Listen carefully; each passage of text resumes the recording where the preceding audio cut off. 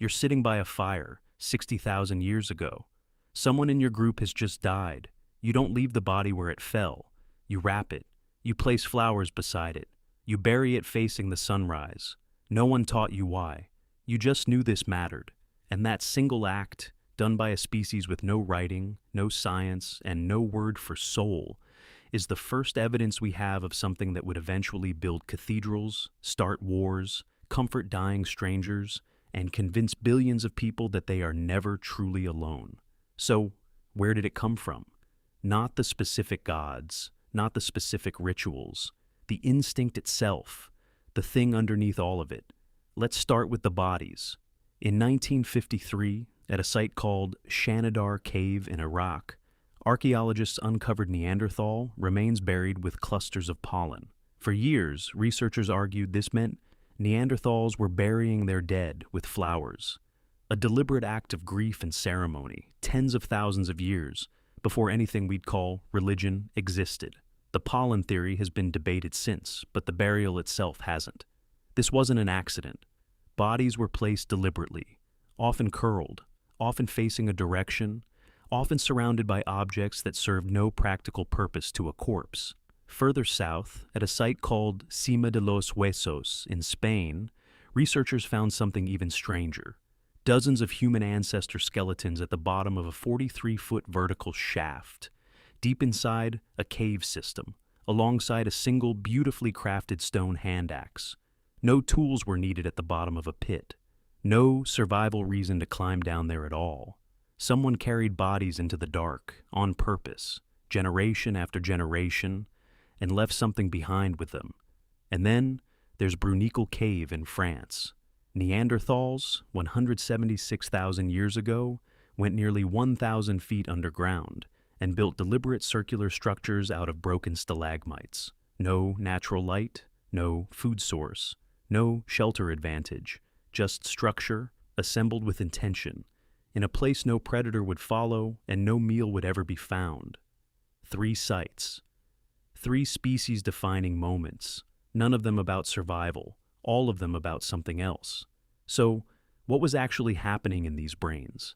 Scientists call it the 2-stage theory of religious belief, and it starts with a tool your brain uses every single day without you noticing. Theory of mind. Theory of mind is your ability to guess what someone else is thinking. It's how you know your friend is annoyed before they say anything. It's how you predict what a stranger will do next. It's one of the most powerful tools your brain has, and it evolved for an obvious reason, to help you survive inside a group, where knowing what others wanted, feared, or planned could mean the difference between being fed and being abandoned. But here's the problem. That same tool doesn't have an off switch.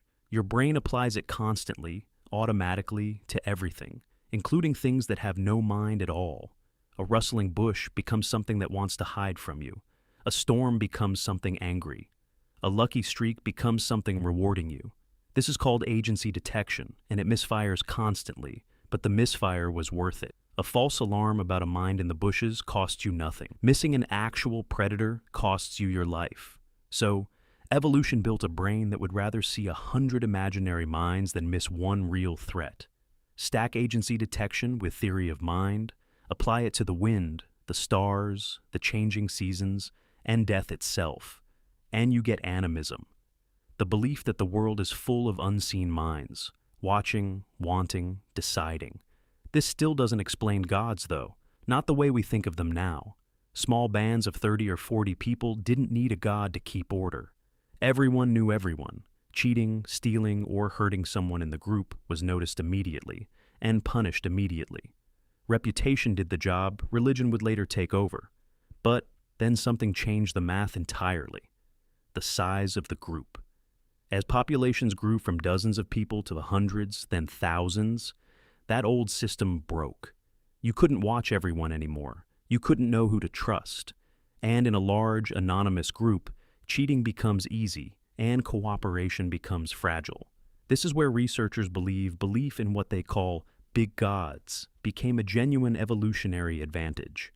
A moralizing god, one who could see everything, judge everything, and punish selfishness even when no human was watching, solved a problem that social pressure alone no longer could.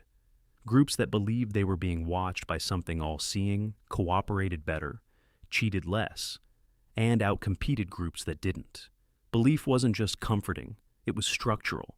It let humans trust total strangers, cooperate at massive scale, and build the first real civilizations. And then, in 1994, at a hilltop in southeastern Turkey, archaeologists found something that broke the timeline completely. The site is called Göbekli Tepe. Massive stone pillars, some over 18 feet tall, carved with animals, arranged in deliberate circles. A structure that would have required hundreds of coordinated workers, organized labor, and long-term planning to build. Radiocarbon dating placed it at roughly 11,600 years old. That's older than the pyramids by 6,000 years, older than Stonehenge by 6,000 years. And here's the part that changes everything. It's older than farming. For decades, the assumption was simple. Humans settled down, started farming, formed surplus food, and only then built the free time and social structure required for religion and monumental architecture. Göbekli Tepe suggests the opposite. Hunter-gatherers with no crops, no domesticated animals, and no permanent villages built a massive religious site first. And to keep hundreds of workers fed at a single location for years, some researchers now believe the need to feed a growing ritual population may have been one of the very forces that pushed humans toward farming in the first place. Belief didn't follow civilization. Belief may have built it. And here's the part that should genuinely unsettle you. None of this stopped. The same brain that built Göbekli Tepe, that carried bodies into dark caves, that saw a face in a storm, is still running inside your skull right now. You don't believe in animism. You're not religious, maybe. But have you ever apologized to a piece of furniture after walking into it? Felt like a certain place was off, somehow, without being able to explain why? Made a wish before blowing out a candle, or knocked on wood after saying something you didn't want to jinx? That's not superstition in the way you think of it. That's 200,000 years of agency detection, still firing, still scanning the world for minds that might be watching. We didn't invent gods because we were primitive, and we didn't outgrow the instinct because we became modern. We just found new places to point it. For most of human history, belief wasn't a choice you made on a Sunday morning. It was the operating system your brain was already running, built to see minds in the wind, meaning in the dark, and connection in the space between the living and the dead. It didn't start with a prophet, or a book, or a commandment. It started with a body, wrapped in flowers, placed gently in the dirt, by someone who didn't know why it mattered, only that it did.